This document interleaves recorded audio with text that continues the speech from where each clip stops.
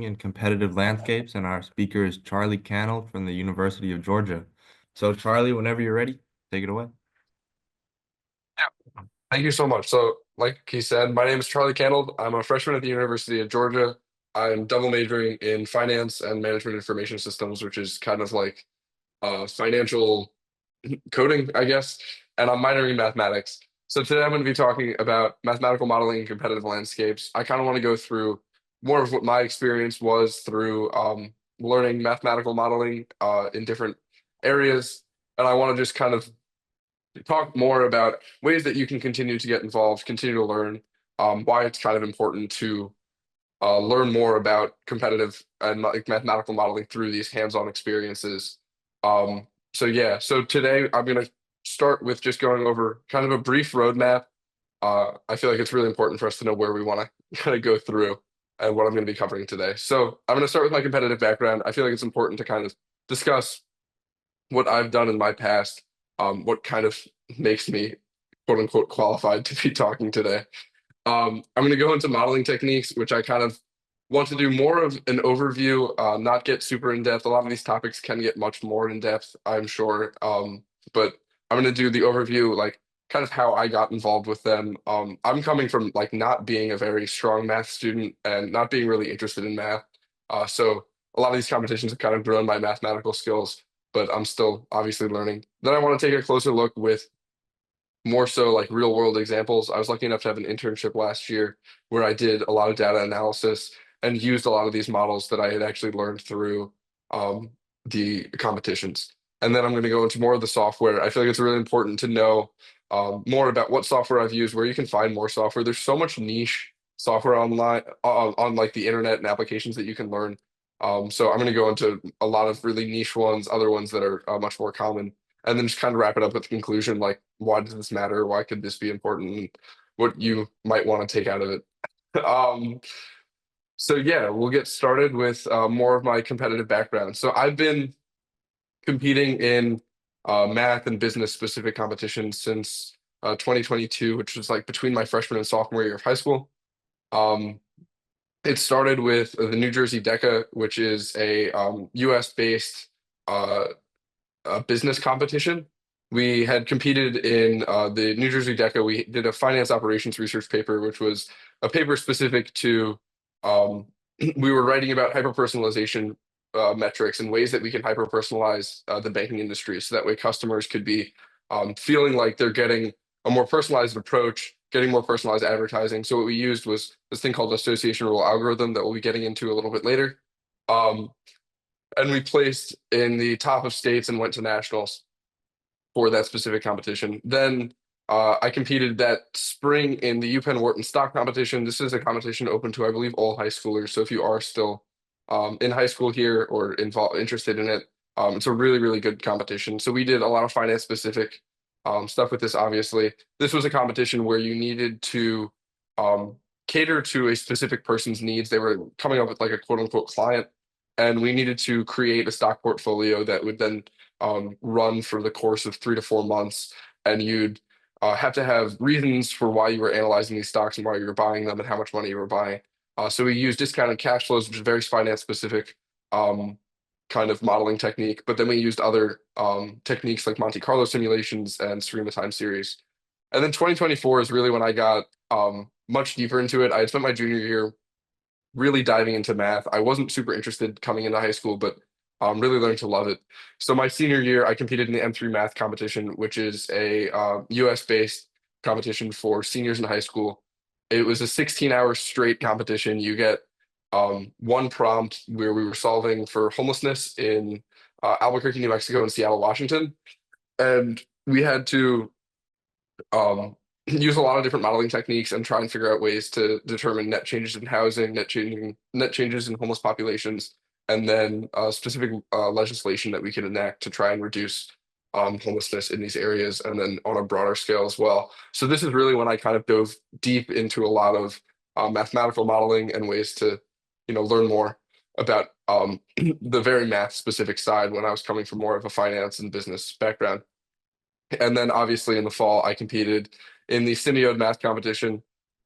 We competed for the prompt C, which was the throwing spears versus bracing spears techniques.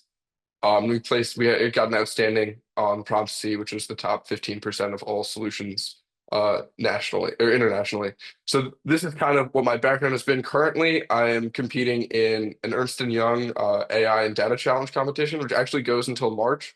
So if you're more interested in neural networks or like machine learning algorithms, I highly recommend that competition. Actually, it's a really good way to get hands-on experience. And then we're also competing in a Harvard business school case competition. So that's more again on the business side of modeling techniques, but we're utilizing a lot of the similar stuff that I'll be going over today. So kind of now coming from this competitive background, I want to transition into a lot more of the techniques that I've used throughout my time and different models that I've used. And hopefully like it will be a broad-ish overview, but if you're interested in learning more about anything, feel free to ask, or I'll give ways that I've kind of learned in the past, and ways that you can continue to learn as well. So we'll jump right into the modeling techniques now. So the first one that I kind of want to talk about is one that's fairly standard across a lot of different things, but it's using heat maps. This was using specifically the MATLAB software, and I highly recommend it for anyone that is able to gain access to MATLAB. I know that if you compete in Simio, they give you either 6 months or a year, I believe, free for MATLAB software. So this is a really important software to learn how to use. We used this for a case study that we had done specifically. We were analyzing housing prices in New York City, which is in the United States, and we were looking at different housing prices throughout the area of New York City and which areas we would be which areas would be the best ways to invest in. So what we did was we had a CSV file of a lot of latitudinal and longitudinal data and then pricing. So clearly you can see from there that you can map this onto a legitimate map and then look at housing prices for the different areas. The only issue that we faced was that there was a lot of dispersion and a very large distribution of housing prices.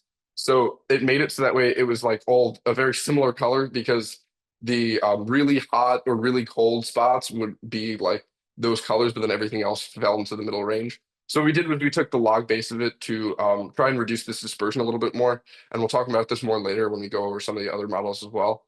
But this was able to kind of help us learn and adapt and figure out what specific hot and cold areas there were. So here, I'll turn on my laser pointer and we can look at like specific areas. So this is kind of what we utilized. Was we found in this like southern tip of Manhattan that there were some really cold areas that were right next to really hot areas. So this means that there were low priced houses that were next to a very high priced environment. So we pitched that you should be investing in those lower priced houses, because with very little remodeling, you'd be in a very good neighborhood. So you could turn around and sell them for higher prices. So this is kind of like the extrapolation that you can take from analyzing a lot of this data will help you determine what areas would be best to look at and stuff like that with these modeling techniques. So this is why I really enjoy MATLAB, because it's really good for data visualization specifically. And this just kind of speaks to that. So then next we'll move on to another kind of straightforward example as well. We did multivariate regression analysis. This was specifically for that homelessness competition that we were talking about. So we were utilizing regression analysis in Excel, and this was, I'm sure that everyone's pretty familiar with linear regressions, which is using a lot of different data to try and find the line of best fit. So this was using multiple different linear regressions. We analyzed a multivariate regression and then used linear regression on the variables to try and come up with one more simple linear function. And this was very useful in the way that we were doing it because of simplicity. We were analyzing changes in homeless population over short to medium time frames. And a lot of times what they'll tell you in data analysis a lot is that it is important to be simple if you can be simple, because creating a really niche model that's really hyper specific could be helpful, but it's also difficult to make that available for a wider range of uses. It's because it could be really intensive for compute power, or it could be really difficult to try and expand this across larger audiences. So sometimes simplicity is really helpful, and this is kind of where we learned that that it was a really helpful tool.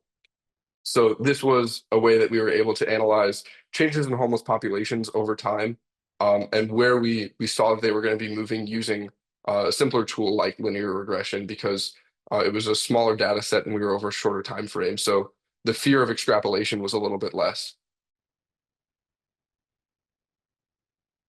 And next, we'll move on to Monte Carlo simulations. So this was one of the models that I had utilized in my initial competition that I did for UPenn Wharton. This is a more finance niche-ish kind of model that you would utilize. So the way that it works, or the way that we utilized it, was predicting um, the variability that could happen in a stock over time. So we were trying to look at how volatile the stock is over multiple different conditions and how we could kind of analyze that in different situations and see what um, how it would change over time. So the initial steps that you kind of do to analyze or to create a Monte Carlo simulation is finding the volatility of the stock initially. So this is finding the standard deviation of the natural log of today's price over yesterday's price over the entirety of the data set. So we used, I believe, the past year for all of our data because that kind of provides a larger base of information. So the reason why it's the natural log is a couple different reasons. It was kind of what I was pointing to before. It does get rid of a little bit of the dispersions, but then there is also a relationship between the natural log and dividend yields in stocks. So it kind of factors that in, which is a very niche topic that we don't need to go very deep into today. But what you do is you take this standard deviation of the natural log of the price differential, and that will give you your daily volatility. Now, if we wanted to find the annualized volatility of the stock, you'll multiply it by the square root of the number of trading days. This is because the standard deviation is a square root of variance. So if we're multiplying it by just the number of trading days, that would be essentially like squaring. We'd have a very large overestimate. We need to take the square root of the number of trading days. So then what we do is once we have the daily volatility for the standard for the stock, so in this case, on the right, you can see we're analyzing Meta's stock. So once we have the daily volatility, you'll multiply the stock price of that day times 1 plus the inverse normal of a random probability with a mean of 0 and the standard deviation of the um, volatility of the stock. So essentially what this is going to be doing is we're looking at the volatility of the stock over time is basically how much it's going to be moving over time. And we're trying to model randomness because there isn't that much predictiveness in the stock market. So if we can add a random component to the stock, it would make it a lot easier to like understand where it could potentially move. Now this does have some drawbacks, and this is why it's a very simple version of a full Monte Carlo simulation. There's people that dedicate their entire like PhD research to specifically Monte Carlo simulations. So I was not getting that in depth, and I was doing a very simplified version because this does have the issue that it's only going to be moving as much as the volatility will really allow it to. It's not going to have really, really large spikes or peaks or fall offs that like you might see in the actual market because like a lot of macro conditions can impact that, news can impact that. So it does have some drawbacks, but for the sake of somewhat simplifying models and getting a general understanding, we were able to simplify it down so that way it would only change as much as like the volatility of the stock or utilizing the volatility of the stock and the normal distribution curve. And then from gathering this data, you're able to extrapolate, how much movement are we seeing in the stock over time? What's the general trends and stuff like that, and then use it to predict future outcomes. And that's exactly what we had done. So we utilized this over our entire portfolio and saw long-term growth of our portfolio. What are we expected to see? What's the volatility of our portfolio and stuff like that. So this was really, really helpful in trying to look at longer term progressions in portfolio growth. Then we'll move on to another kind of difficult and really niche. This is where I start to not understand the math behind it as much, but I'm still able to utilize it because of like understanding the concepts. So this is the SARIMA time series analysis. It stands for a seasonal autoregressive integrated moving average. So what we were utilizing, there's another version of it that's called the ARIMA. It gets rid of the seasonal aspect, but we were utilizing the SARIMA model because we were looking at housing changes over time, and the housing market is a largely cyclical market. There will be seasonality to it, because in the summer months, you'll see a lot hotter of a housing market. There'll be more sales, and then in the winter months, there's less. And there's also changes over larger year spans. So we just kind of realized that this was a very seasonal market that we were looking at. So we needed to try and model that seasonality with what our model was going to be using. So the way that it works is that you are either doing an autoregressive or a moving average time series, but it kind of combines them into two, so that way you don't have to do each individual one. It only works with seasonally adjusted data, as I was mentioning, and the way that it's utilized, like the way that you're inputting data into the model is through PDQ and PDQ and M. So the capitals are for the seasonal adjusted aspect, and the lowercase are for the non-seasonal adjusted, and M is the length of seasonality. So basically, how long is each season? In this case, it was, I believe, like 2 years or maybe 3 years that we were looking at as like our seasonal time frame. And the way that P and Q work in opposites. So if P is a non-zero number, then Q has to be a zero number, because P is the autoregressive half, and then Q is the moving average half. So you only have one or the other. And then D is the differencing. So this is the amount of times that you're going to difference the initial input data to try and reduce some of the noise. And we determine what the values are of P and Q, or PD and Q, I guess, through what's called autocorrelated functions and predictive autocorrelated functions. So we can see on the parallelogram on the right-hand side, like both the top and the bottom model, what you're looking for is a high peak at the start and then a somewhat seasonality like trend. It almost looks like it's sinusoidal through the dots. And that's kind of the way that you will look at this model and kind of determine the way that it works best, or like the best version of the model. And then next we'll move into the association rule algorithms. So this was what we had done for hyperpersonalization of our model. And this was actually one of the most interesting models that I think I've done, because we were able to utilize this to specifically target customers. So the way that it works is, you can see on the graph on the left, or on the diagram on the left, you'll have an antecedent and a consequent. So that's basically like this causes that relationship.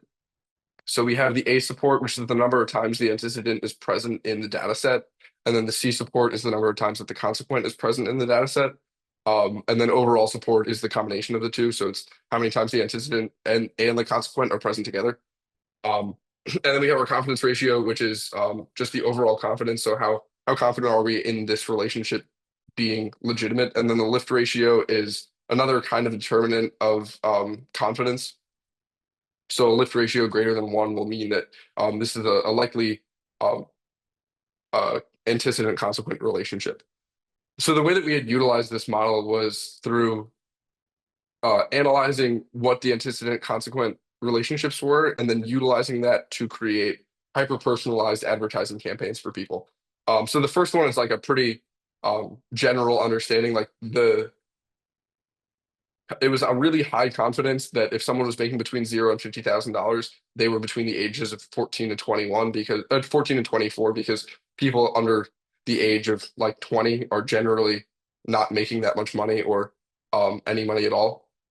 But we utilize some of these relationships to target specific types of customers. So one of the ones that was a big one that we had used was people that were between the ages of 25 and 40, and they were making between $100,000 and $150,000 a year. Seemed like they were at a higher likelihood of wanting a loan. So we were able to target our advertising campaigns at these specific groups to target like loan giving practices to them. So we were able to say, like, talk about our specific rates that we offered, and ways that we beat out on competitors to this specific group of people, because we knew that they were at a higher likelihood of wanting a loan. Then we'll kind of move into other models that I've utilized. So this one is one of the really niche ones that I utilized, but it was modeling traffic simulations. So I looked specifically at the George Washington Bridge. This is the bridge that moves from New Jersey into New York City, and it's typically known for having really, really bad traffic.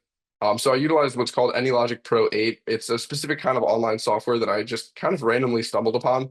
And it's a really helpful software for specifically modeling traffic. So the way that it had worked was that we were able to analyze the amount of time that cars would actually spend in the model, and the mean time, the median time, a bunch of different statistics about how long it would take a car to travel through the model. And what we found were specific bottleneck areas, and then use certain types of ways to combat these bottlenecks. So we ended up discovering this German zippering technique that's used in Germany with cars, where when you're going from a large amount of lanes to a single lane, there's specific ways that the cars will interweave with each other. They call it zippering because you go one car and then the next. So there were ways that we could kind of incorporate this into ways to kind of reduce traffic flow in the area, which I think was just really interesting and a really like important way to discover like utilization of modeling techniques, but then also like utilizing outside research, you can then see how important it is or how much it works inside of your model without having to like, test this in the real world first. And then the last one, which is obviously the most important, is the Simioid math competition. So this was utilizing MATLAB software. Like I said before, this is super, super helpful software. So what we did here was we were analyzing the difference between bracing technology and throwing technology for prehistoric hunting. So the graphs on the left, you can see we're utilizing different angles of throwing. So we were trying to see how does the trajectory change and how does the ending velocity change with a difference in spear like angle of being thrown. And then we also looked at the difference between different drag coefficients, simulating like a sharp spear or a blunt spear. And then the graph on the right, you can see the difference in penetration depths. So we were trying to see at what point is it the same for you to be bracing against an animal as it is to be throwing against an animal. So we were analyzing kind of payoff ratios in essence, because if a 2-ton animal is coming charging at you, would you rather brace against them or would you rather throw against them? And this was also just like a really good experience for me because I wasn't as well versed in differential equations, but you kind of get thrown into it and you learn how to do it along the way. So then we'll kind of move into real world examples kind of quickly. So I worked for a financial media company my senior year and I was doing data analysis for them. So what we were specifically targeting here was looking at the relationship between specific guests appearing on their podcast, which was they had a podcast and a video platform. So we were trying to look at the appearance of a specific guest and what its impact on views would be. So we're trying to find a relationship of like, okay, if we bring this person on, does the audience like them? But we wanted to look at it quantitatively instead of qualitatively. So at the end of the entire analysis that I did, I created a pitch deck and pitched to the entire company what I believe the relationships were, and we changed our booking strategies based on these relationships and saw an increase in viewership of up to 65% because people were just more interested in specific guests over other ones. And we were able to kind of discover this trend through an analysis of a lot of the data that they were able to collect themselves. So finally, we'll kind of move into the software that I've utilized throughout all of this. A big one, and basically the one that I started with, was Microsoft Excel. I believe Excel is super important, and as a finance major, I might be a little bit biased. But Excel is super helpful, especially for people that aren't as versed in coding. I was never, I'm just now starting to learn Python more in depth, and I was learning Python through the competitions that I had done, but Microsoft Excel was always my go-to because it's super helpful. The add-ins are so wide-ranging that you can almost do anything on Excel. AnyLogic 8 Pro was one of the more niche ones that I utilized for traffic simulations. And this is kind of like a trend that you can see, though, is that if you are interested in something random, you can find random technology to help you. Like the internet is so vast that software will always be available for whatever your use case is. Then Jupyter Notebook was the other one that I utilized. Jupyter Notebook is very good for Python and data analysis within Python. And then MATLAB software, they have really, really good information about MATLAB software through their own platform. Like you can learn how to use the platform through their teaching modules that they have. It's really well done and just like super helpful for data visualization specifically. Like I had shown with the spear bracing as well as the heat maps. Yeah, so I kind of just wanted to wrap up and say thank you. I think that this there are so many different paths that you can take from uh, a grounding in mathematics, but I believe that competition mathematics is a really important way to kind of get your feet wet and learn how to utilize stuff in a hands-on kind of experience. I think in terms of the ways that I've learned, because I am again like a freshman at the University of Georgia, like I haven't had a lot of experience to learn within the classroom. So I think YouTube is a huge help.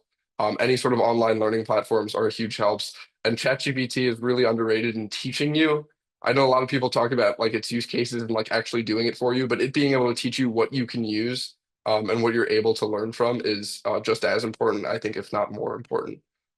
So yeah, I just wanted to thank everyone for listening, and if you have any questions, let me know.